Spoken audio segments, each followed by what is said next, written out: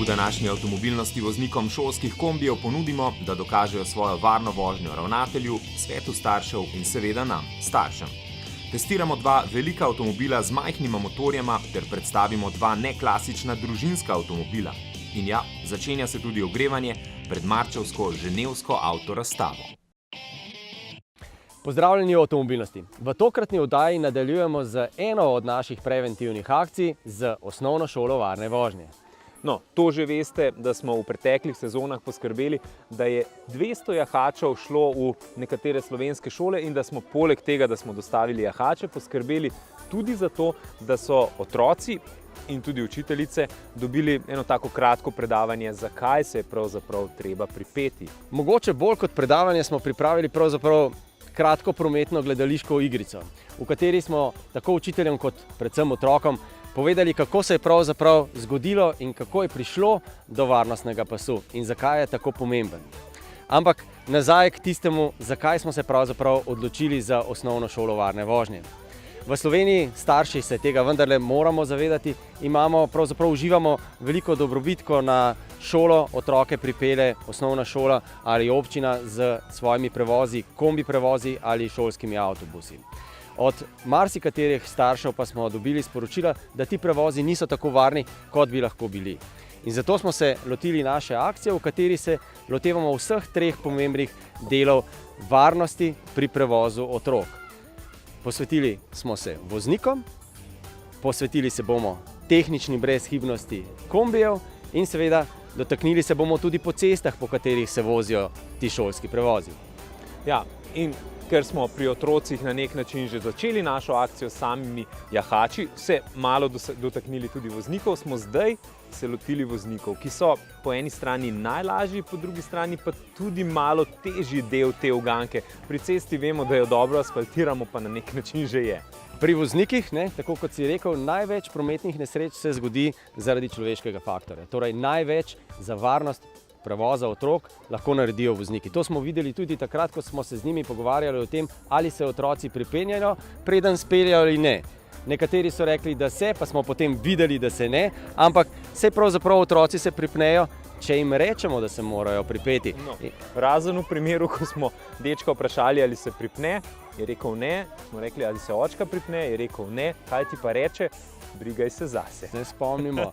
No, ampak v šolskem kombiju in avtobusu ne bi smeli speljati, če ne bi bilo vse tako, kot mora biti. Ok, zdaj gremo naprej. Zdaj voznikom pomagamo vožnjo narediti še bolj varno.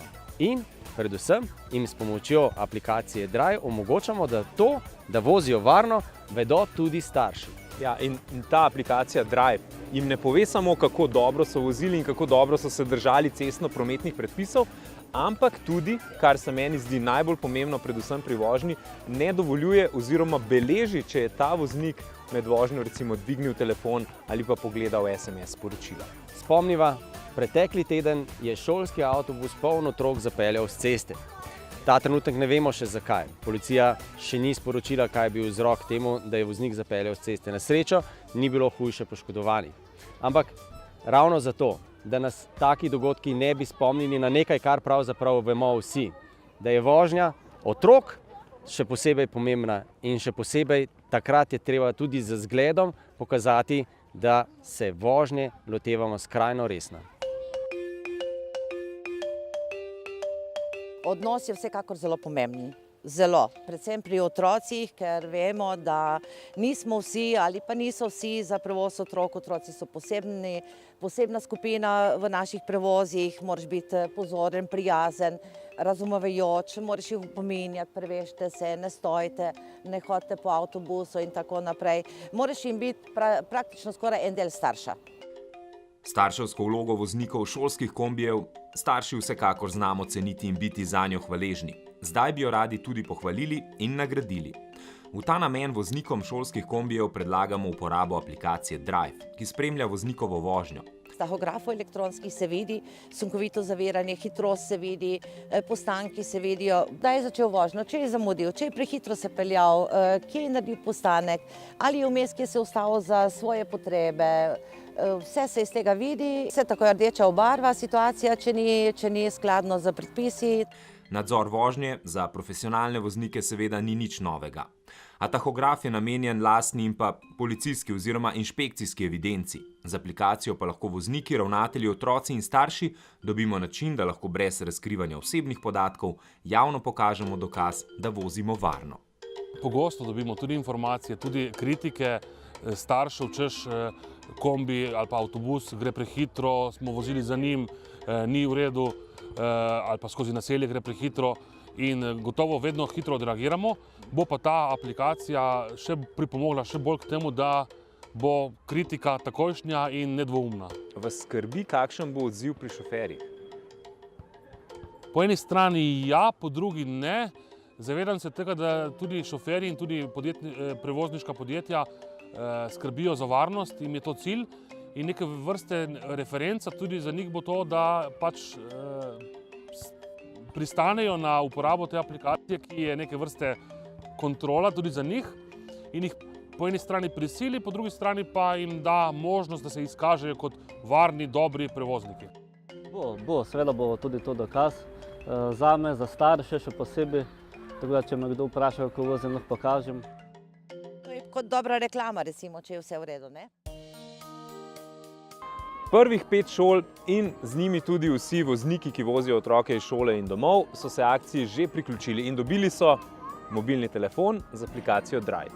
Ampak mobilni telefon zato, da ga ne uporabljajo. Pravzaprav, da ga uporabljajo, ampak ne tako, kot večina ali pa preveč voznikov uporablja telefon, se pravi, da med vožnjo telefonirajo. Pri voznikih šolskih kombijev bomo tako lahko dobili na nek način dokaz, da vozijo varno, da pospešujejo in zavirajo tako, kot se spodobi, ne preveč hitro in ne preveč na silo. In pa seveda to aplikacija tudi pove, če med vožnjo dvignejo in pogledajo na telefon. No in aplikacija na koncu beleži tudi, kakšen je končni rezultat tistega, ki je vozil. In to je tisto, kar pravzaprav iščemo v tokratni oddaji.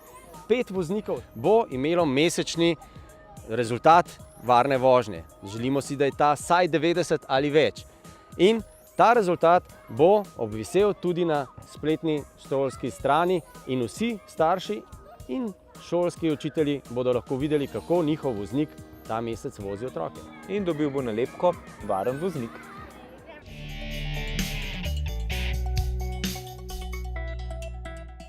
Ocenjevanje stila vožnje pa ni nekaj, kar bi si izmislili pri avtomobilnosti. Tudi novodobni trend avtomobilske industrije, kjer boste plačevali mesečno rento in potem izbirali, kakšen avto boste vozili, recimo poleti kabriolet, pozimi pa kakšnega terenca, nagrajuje tiste, ki vozite lepše. No, avtomobilska industrija je za ta nov način, nov koncept mobilnosti ali lastništva zainteresirana tudi zato, ker na ta način računa, da bo avtov še več. Se boš lahko recimo samo določil svoj mesečni znesek, recimo za avtomobilsko mobilnost sem pripravljen na mesec plačevati 500 € in lahko izbiram med 10 različnimi avtomobili različne blagovne znamke. Ampak pri Toyoti razmišljajo pa še korak naprej. Za svoj znesek boš lahko nagrajevan, če boš lepo vozil. In podobna aplikacija kot je Drive bo ocenjevala tvoj vozniški slog in če bo ta lep, boš lahko v recimo mesečnem znesku 500 € izbiral več avtomobilov, boljše avtomobile, z njimi naredil še več kilometrov. No, poleg te Toyotine novosti pa poglejmo še, kaj je novega ta teden v avtomobilskem svetu. Čez slabih 14 dni bo svoja vrata odprl 89. ženevski avtomobilski salon, proizvajalci pa že dražijo z novostmi. 2 najpomembnejši bodo pripeljali Francozi. Videli bomo namreč novi generaciji Clio in 208.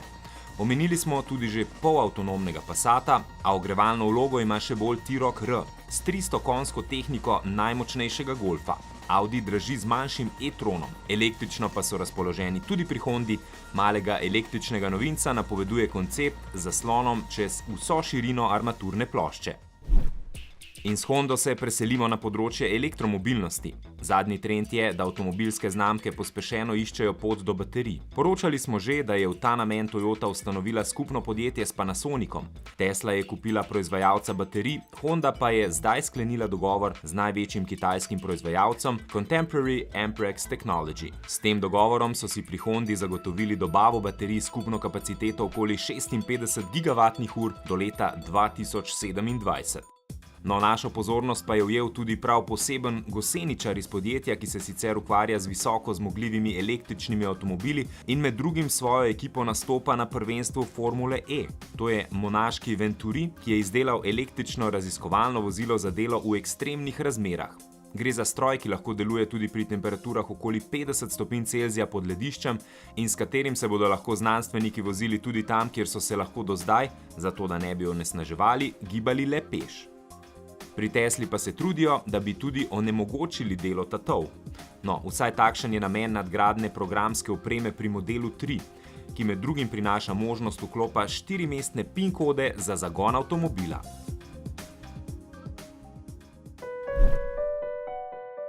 Brexit še kar grozi, a sploh ne samo Britancem. Povsem jasno je tudi že, da manj dela ne bodo imeli le v otoških Nissanovih in Fordovih tovarnah. Brexit brez dogovora bo namreč pustil boleče posledice tudi na celini. Ugledni nemški inštitut za industrijske raziskave Halle IWH je namreč v znanstveni študiji ugotovil, da bi to samo v nemški avtomobilski industriji lahko prineslo izgubo 100.000 delovnih mest. Kaj pa avtonomna vožnja? Poročali smo že o Mercedesu, ki pomaha mladenki, podoben sistem je zdaj preizkusil tudi Ford. Zato, da bi ljudje mislili, da imajo opravka z avtonomnim avtomobilom, je bil voznik skrit v posebno prirejenem sedežu. Preizkusi so pokazali, da bi ljudje signalom na strehi lahko zaupali. Toda tekma za avtonomno vožnjo je draga in za proizvajalce popolna neznanka. Na slovenske ceste pa sta minuli teden zapeljala 2 družinska avtomobila v precej neklasično družinski podobi. Novi, že 5. RAV4, se tako oblikovno precej odmika od terenske pojave prvega RAV-a iz 90-ih let. Njegova bistvena značilnost je seveda hibridni pogon, a hkrati RAV svojo pojavo tudi ni izključno ekološki. Ko smo pred več kot 20 leti lansirali prvo generacijo Priusa, ta ni bil poosebljanje lepote in vozne dinamike. Predvsem je želel sporočati to, da je trend pogona nastavljen v smer ekologije, manjše porabe goriva. Sčasoma so hibridna vozila postala tudi vozila, ki nudijo povišen užitek v sami vožnji. To so kupci, predvsem ko so enkrat izkusili vožnjo s hibridnim vozilom, ugotovili, potem je to kot snežna kepa. Najboljša priporočila prihajajo strani lastnikov hibridnih vozil, bolj kot strani nas prodajalcev. Pomenljiva je bila tudi lokacija predstavitve. Asociacija, ki je podobna z RAV-om, je ta, da je RAV4 v preteklem letu bil najbolj prodajan SUV na svetu, kot je Postojnska jama najbolj obiskana naravna jama na svetu. Drugi neklasični družinski avto pa je Mercedes-Benz B. Zakaj je neklasičen? Zato, ker prav tako noče biti zgolj avto za mamice, naš rojak Robert Lešnik mu je tokrat namenil funkcijo sporočanja, da ga vozi dinamična mamica.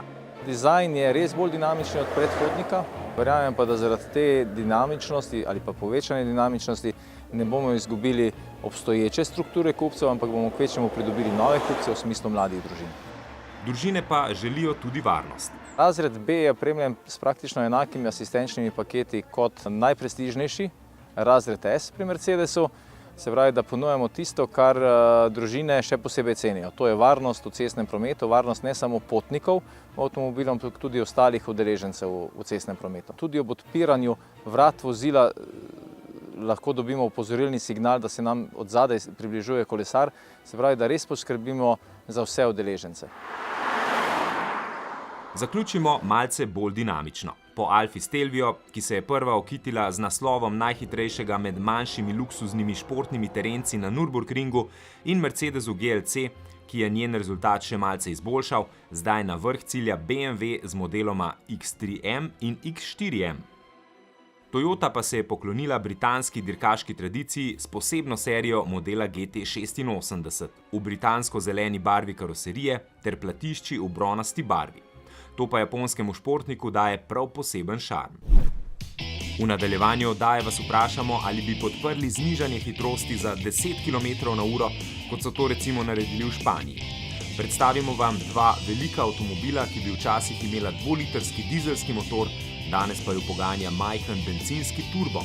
Oddajo pa bo zaokrožil Jeepov odpadnik.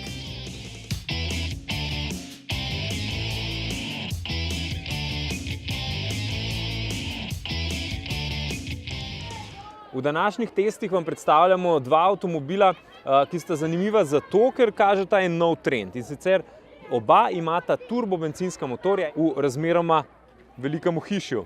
Včasih bi take avtomobile poganjal dvolitrski dizelski motor. Taki avtomobili dosežejo najboljše rezultate v porabi na merilnih ciklih.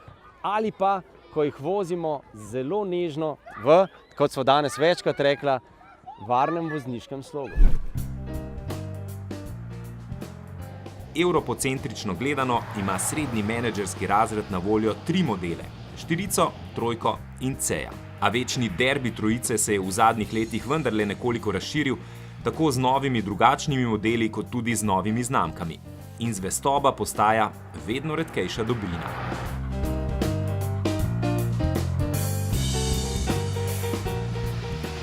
In v današnji dobi Mercedes-Benz svoje lojalne kupce poleg tradicionalnih vrednot nagrajuje tudi z umetniškimi skulpturami našega rojaka Roberta Lešnika, ki svojim kupcem zagotavljajo, da bo njihov avto všeč vsakomur. Predvsem pa je Lešnikova estetika odporna na staranje. Prepričani smo, da bo C lep tudi čez 10, 20 ali 30 let. V kabini hvalimo končno izdelavo, barvitost osvetlitve, dodatne funkcije za večje udobje in odličen vozniški položaj, ki ga je moč natančno prilagoditi tudi zelo različno visokim voznikom. Slednje naredi tudi daljše vožnje zelo udobne in nenaporne. Drugače je na zadnji klopi, kjer je za visoko rasle v predelu kolen nekoliko manj prostora, kar pa seveda ni problem, če zadaj sedijo mladostniki in srednje visoki sopotniki. V zelo natančno obdelanem in funkcionalno premišljenem prtljažniku dilem s prostorom ni.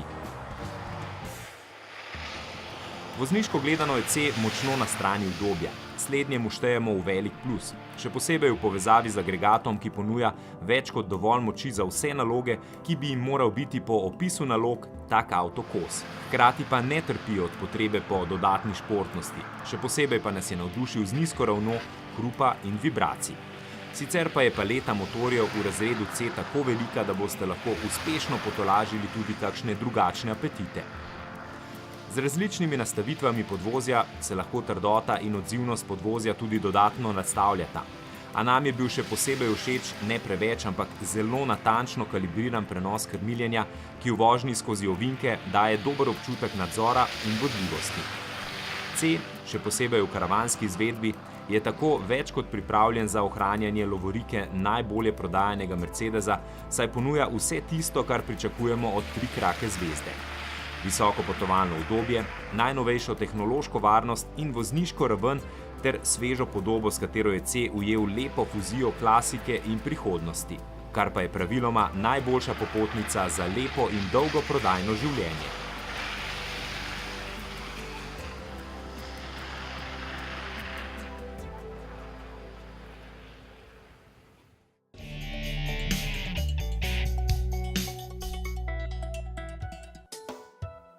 CR-V je eden prvih SUV-jev, ki smo jih dobili v Evropi. Bilo je to sredi 90-ih let, a tedanji CR-V-ji so bili drugačni. Recimo, da so bili veliko bolj terenski, pa čeprav je to pravzaprav bistroumni nesmisel, kajti Hondina tedanja noviteta je bila pravzaprav cestnega, ne pa terenskega značaja. A tako je, današnji SUV-ji so praktično povsem cestni avtomobili, pogosto brez štirikolesnega pogona. Duh Amerike je namreč povsem osvojil Evropo, kaj Evropo?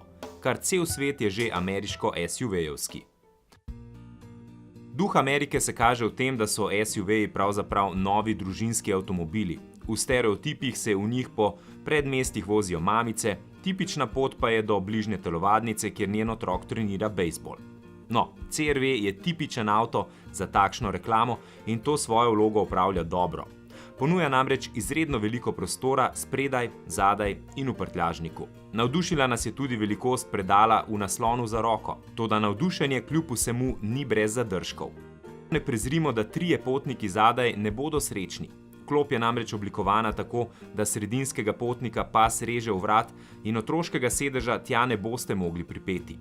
In če se pogosto menjata voznika, priporočamo, da dokupite električno nastavljanje sedeža. Vzvod za naslonjalo je namreč nenatančen.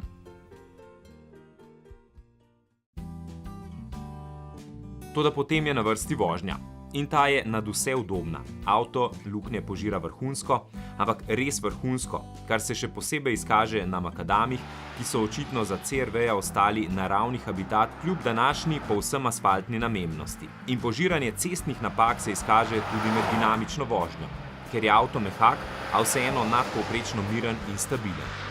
Kljub temu CR-V-ja dinamičnim voznikom ne priporočamo, kajti volanski obroč je treba veliko bolj zavrteti, kot smo danes navajeni.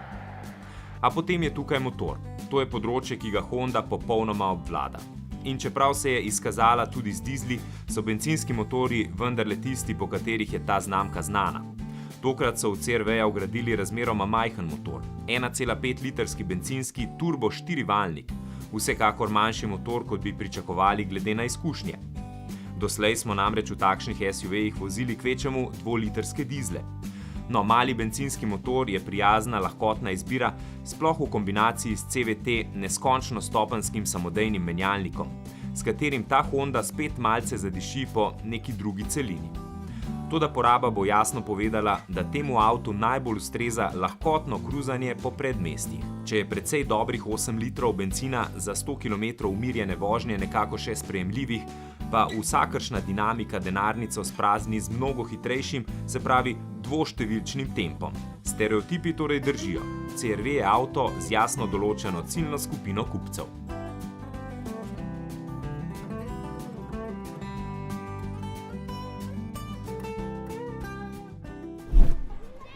V tokratni anketi na MMC-ju na 3x2rtvslo.si poševnica avtomobilnost vas sprašujemo, kaj bi storili oziroma kaj bi se vam zdelo, če bi znižali hitrost na slovenskih cestah za 10 km/h.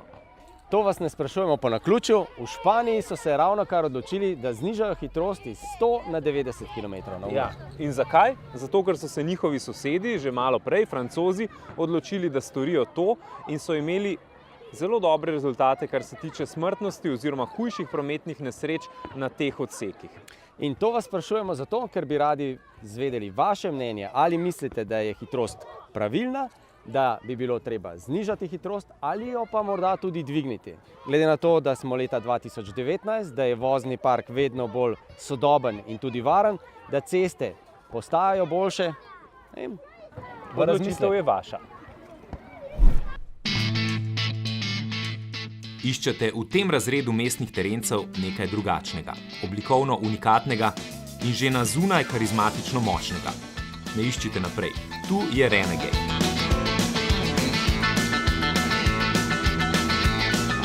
V leto 2019 vstopa z malenkostno pomlajeno zunanjostjo, pri čemer je najpomembneje, da je vse ostalo točno tako, kot mora biti, torej kockasto. Prenova pa je bila veliko bolj globinsko temeljita kot primer tega, s čim so se inženirji ukvarjali, pa vzemimo zvočno izolacijo. Škatlasta oblika karoserije in velika zunanja ogledala so namreč na avtocesti vedno hiter plen glasnega vrtinčenja vetra. In tokratne izboljšave so občutne. Preizkusili smo odpadnika zgolj s prednjim pogonom in dizelskim agregatom, predvsem pa novim samodejnim menjalnikom. Slednjega toplo priporočamo, saj predstavlja zgledno in izredno kultivirano, hkrati pa ne pridela občutno višje porabe goriva. Seveda je to kombinacija, ki razločno govori, da Jeep ni zgolj avto, ki se bo dobro znašel v gmajni, to je še bolj avto, ki ga boste oboževali še zlasti na vsakdanjih mestnih poteh. Kajti roko na srce, v poplavi SUV-jev je mnogo podobno zmogljivih terencev, noben pa ne ponudi tako ekskluzivnega občutka za volanom. Pogled prek dolgega, napetega pokrova motorja in pokončna nastavitev prednje šipe ter kockasta oblika karoserije pričarajo prav poseben veleposestniški občutek moči in suverenosti. Prav to je tisto, kar nas je pri Renegadu vselej najbolj prevzelo. Zagotovo ima nekaj vmes tudi placebo učinek. Naprimer, tesni sorodnik Fiat 500X v resnici ni tako zelo drugačen, ampak tu držiš v rokah Jeep in stvar deluje povsem drugače.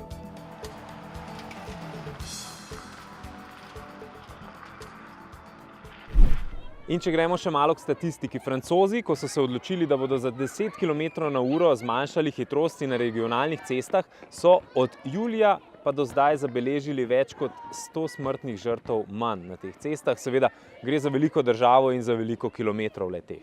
No, in če ostanemo pri statistiki in se vrnemo v Slovenijo, ugotovimo, da je letošnji januar bil žal po prometnih nesrečah in smrtnih žrtvah slabši od lanskoletnega. Ampak, da ne bomo začeli z črnogledimi napovedmi za letošnje leto, poglejmo trend statistike. Leta 1995 je na slovenskih cestah umrlo 500 ali več smrtnih žrtev. V lanskem letu smo prvič padli pod 100 smrtnih žrtev na cestah. Ta podatek je v resnici zelo dober, ne samo statistično gledano, ampak zato, ker kaže na sistematično padanje števila prometnih nesreč in žrtev v prometu. Vse to seveda lahko pripišemo marsikaterim izboljšavam. Prometne infrastrukture, izboljšanega voznega parka, v katerem je vedno več avtomobilov z boljšo varnostno opremo in zagotovo nek delež v tem nosimo tudi vozniki, ko imamo tako pogosto veliko zapovedati, kako slaba je naša vozniška kultura, morda pa vendarle ni tako zelo slaba. No, ampak naj bo ta tragičen januar zgolj opozorilo, da je še prostor za napredek. Mi bomo z vami spet čez teden dni, vmes pa se vidimo na MMC-ju, Poševnica avtomobilnost, na Instagramu in pa Facebooku in srečno!